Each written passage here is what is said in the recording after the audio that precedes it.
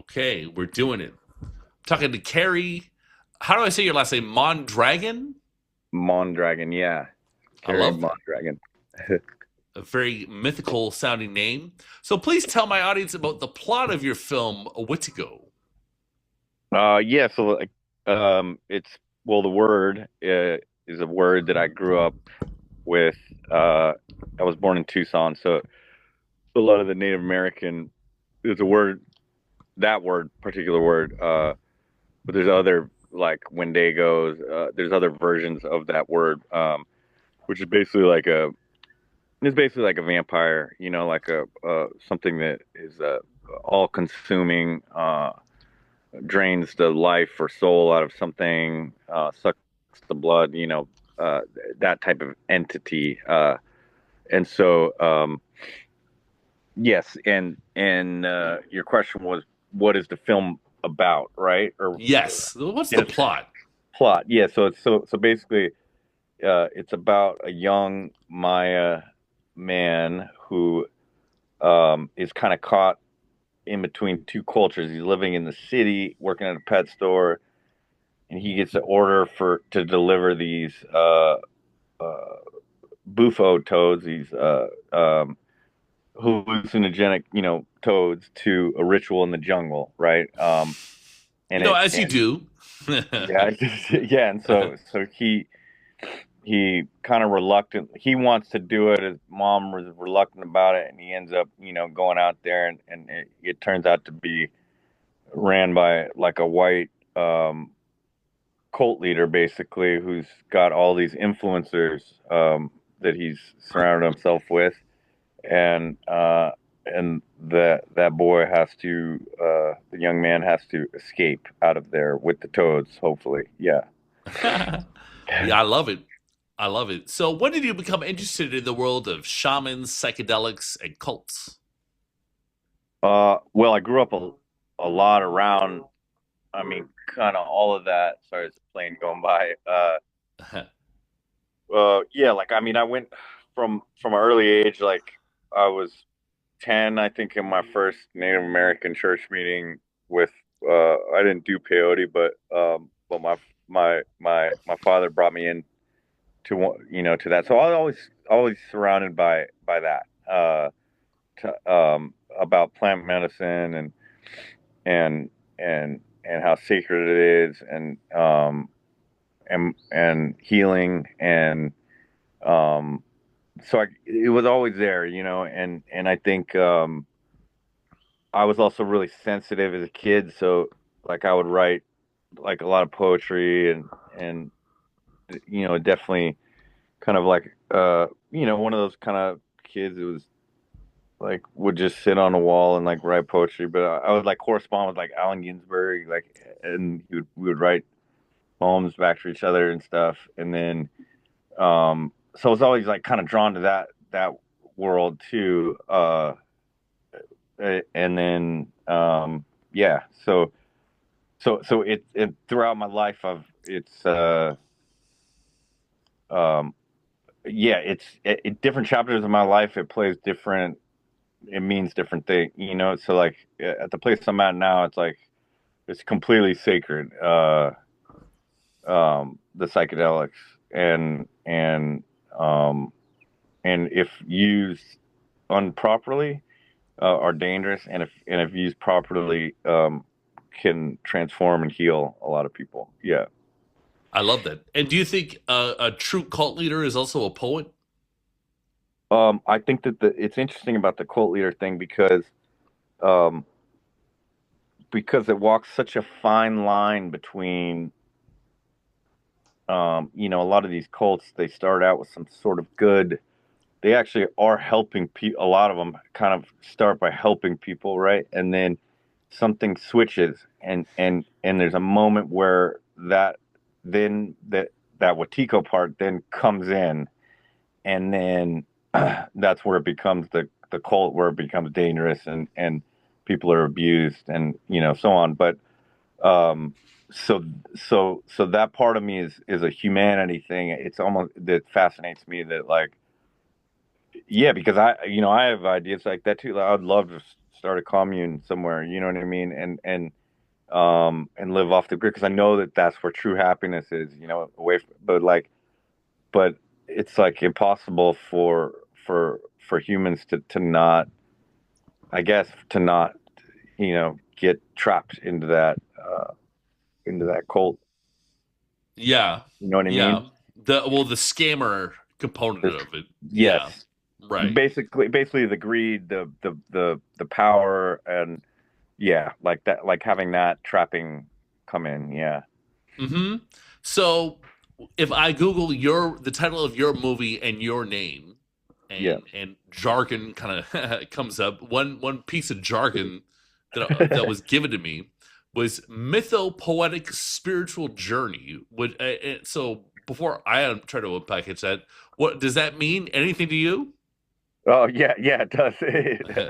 Mythopoetic meaning, it the film is actually like I read the Popol Vuh, which is the Maya creation myth, the old ancient text, right?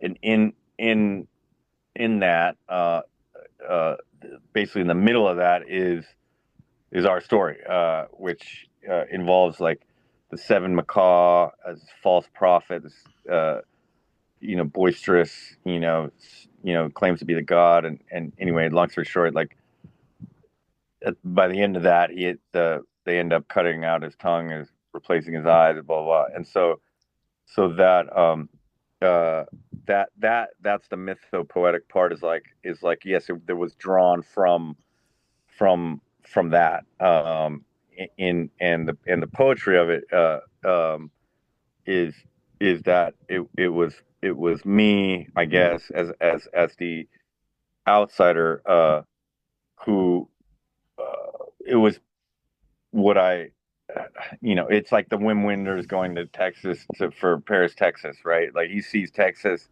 as like, in this way, and it was like me going out there and seeing it in just capturing what I saw, right? But I think the difference in Wetiko is that it was not Texas. It was actually a very sacred, deeply energetic, on highly charged place, that, and with a lot of ancient stuff that I was not um, invited to open doors to, nor um, yeah. So I think that's kind of where it was. Okay, okay. That's a solid unpackaging of that that jargon. When I first read it, I was just thinking, "Heck, what is The this?" heck. But it goes on to say it mixes reality with hallucinations. Yes, yes, right. It does, because the character. Well, look, I mean, it's not even. It goes beyond hallucinations, because we were shooting in a place where if everybody in that area believes in certain things, those things become the belief. You either believe it, or you don't believe it, and you suffer some consequences, right, from that. And so it becomes, without hallucinogenics, it becomes something uh, uh, like that. You know what I mean? It's a Mhm. different reality. And so yeah, yeah. I like it. I love it. So, how much symbolism is there really in this movie? Is it in every scene, every line, every shot? What do you mean the symbolism? Is everything in relation to something else? Is there are there broad and subtle and Oh, oh is it yeah, are that's you good. casting a spell like in every moment? Every yeah, I mean every, except for maybe the stuff in the very beginning. I mean when he's in the city, but everything, even the bunny, like even Dahlia, that her name is Luz in the film, has this white bunny, which is the moon god. It's the moon goddess. It's and There were so many symbolic things in there. Yeah, those stones in the Jordan Barrett in the scene when they go into Felipe's hut there, those are the Lucius stones. They're little, like they call them Lucius. Uh, they're like kind of little. I guess in other cultures they would be like leprechauns or duendes, they would call them. And he had found them in a cave, and they're very old, and they changed faces. That was like their what the belief. That's what. Uh, so at different days they would have different faces, Oh, and there were rules about them, like you can touch these two, but not that one, and stuff like that. So yeah, like I mean, there's symbolism in all that stuff and like I said, the symbolism of the whole story takes place in 24 hours, right? So, which is a full cycle in in like the Mayan in like the Maya day, right? So like by midnight, so like during the day is when your egoless, right? So like the ego maybe drops, right?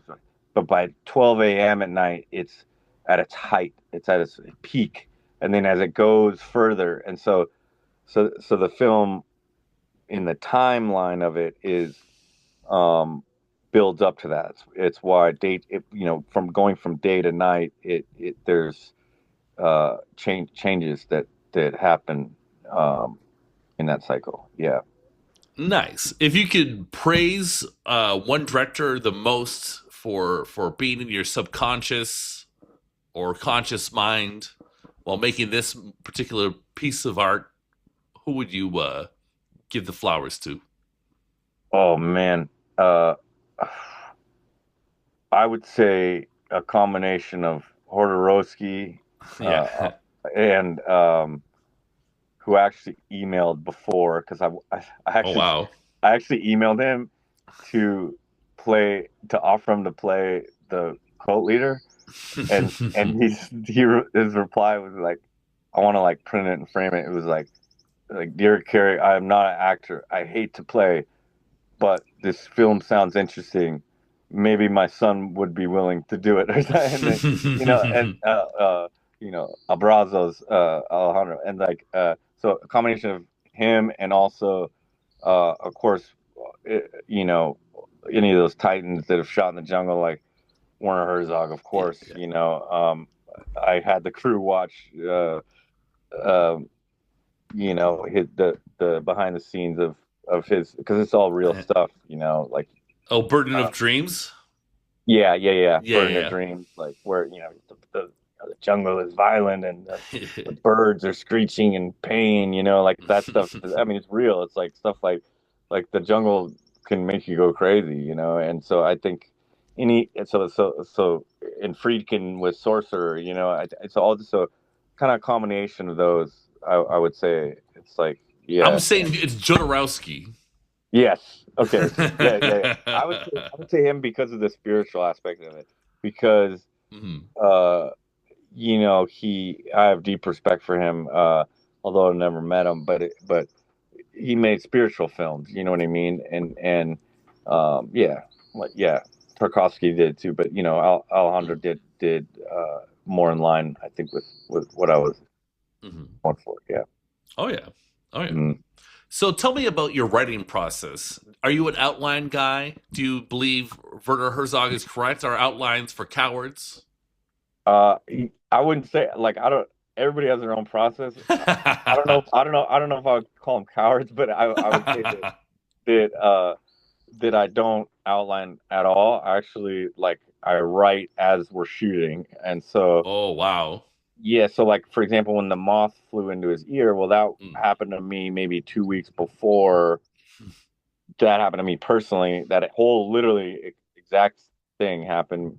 We had to pee in a thing, like someone would pee in a thing to kill it, and like that made it its way into. So it's like it's always it's ongoing. It's kind of so I'll write it, and then I'll generally know like the structure of the story, but also there's space for those things to happen. Yeah. Nice. Mhm. Okay. That sounds like a challenge, but Well, it's a challenge too on yeah. film because Right. this is what I learned. Yeah, it's like digitally you can do that because you can shoot it all Mm, anything you want, like you can mm, just go out and shoot, capture this. But on film, it's costly, right? Uh, right. so I had to get into another mode, which is against the Werner Herzog philosophy, maybe of storyboarding. But like Mm. I did, I literally had to do it on this one um, because of language, I like to show the Maya people exactly what we were shooting. I had to visually show them, so, and we're shooting on film, so economically you had to do, yeah. So Yeah, I love the colors in this movie. Like I love the visuals. I got really entranced. Like especially you kind of you don't really always know when exactly it happens, but then there is sort of a moment where you can pinpoint as just a viewer, like as you're watching it, and you go, "Whoa, I'm thinking weird thoughts now," or yeah, I'm feeling a little strange right now," and I like it. So it's fun. So tell me about creating that visual atmosphere. yeah, I mean that's huge to me. Color palettes, not but psychologically color, you know, um, like for example blue, like knowing that looking at something blue will act like literally it'll lower your pulse, or something red might increase it, right? And so in this film, everything neon and glossy and fake was from the Westerner, and the deep greens and earth tones were the contrast, which was the real stuff, the from the from the Maya peoples that we were shooting with. Yeah. Mhm. Okay, and I was talking to Amanda Kramer the other week, and she made this one film called "Give Me Pity," which is incredibly trippy, and it reminded me of psychedelic drugs. But she Mhm. actually does not partake in anything; it's not her Mhm. thing. But you were telling me before we started this is not exactly the case for you. So, what is the hardest drug you have ever taken? And hallucinogens or just drugs in general. So Just like, drugs in general. well, I have always struggled with addiction since I would say since well, it started in middle school. I was bullied a lot. Dove into that, just the sort of basics, alcohol, binge drinking. Then moved into opiates and benzos, which definitely is the most dangerous and Mm. lethal of them. And yeah, like I in 2016 hit a rock bottom with that. It actually put me in a coma for like a uh like they had to place me in a self-induced coma, and then I like they couldn't wake me up from the Narcan or whatever. And so then I had, rehabs and all that. And then interestingly enough, like after that, like some psychedelics helped heal me. But then I would abuse those and then they would stop working on me, So it's like so so with me, it's like, it's why I didn't out there partake in it because, well, because I didn't feel it was the right environment and right place, and it wouldn't be healing for me at that moment. But I also, yeah, if I take mushrooms one day, I want to take it the next day, and the next day, and the next day, and then they stop working. So it's just a struggle that I've always had, and I probably always will have. Yeah, and it's why filmmaking is can be an addiction in itself, right? So because what I'm chasing is to feel present, Mm. and so when you're shooting, you're present in the same way like a firefighter would, or somebody in war would be, where you're hyper, everything is so present, Mm. and instinctual and intuitive, and that's always what I'm chasing. Yeah. Well, good luck for you. Good luck to you, rather, on your journey there. I'm curious though. Did the cast and crew ever feel like they were tripping out while making this movie? Yeah, yeah.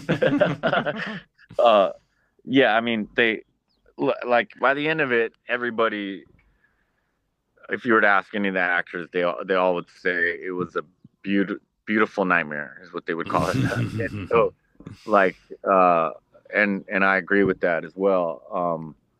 And yeah, so definitely for sure. Uh, yeah. All right. Well, Kerry, thanks so much for your time today. It was a revelatory experience, I'd say. Is there anything else you'd like to say about the film before I let you go? Um, yeah, I think that I would love people to go out and see it. It's a film that I think I made it for the Maya peoples, really. Like that was my intention, right? Mm. And I would love for people to see it. Um, it's hard for me to wrap my idea around any profit being made from it. In fact, like me personally would prefer it not to see any profit, just because uh, I don't want to become the thing that I wrote this about. Do you know what I mean? So like that part of it makes me feel very itchy, but I do think that people should experience it and see it. Yeah, in theaters, hopefully. Yeah, which is playing at the Alamo Draft House. Yeah. Okay. Well, thank you so much for your time. Thank you so much, Michael. Yeah, great talking to you.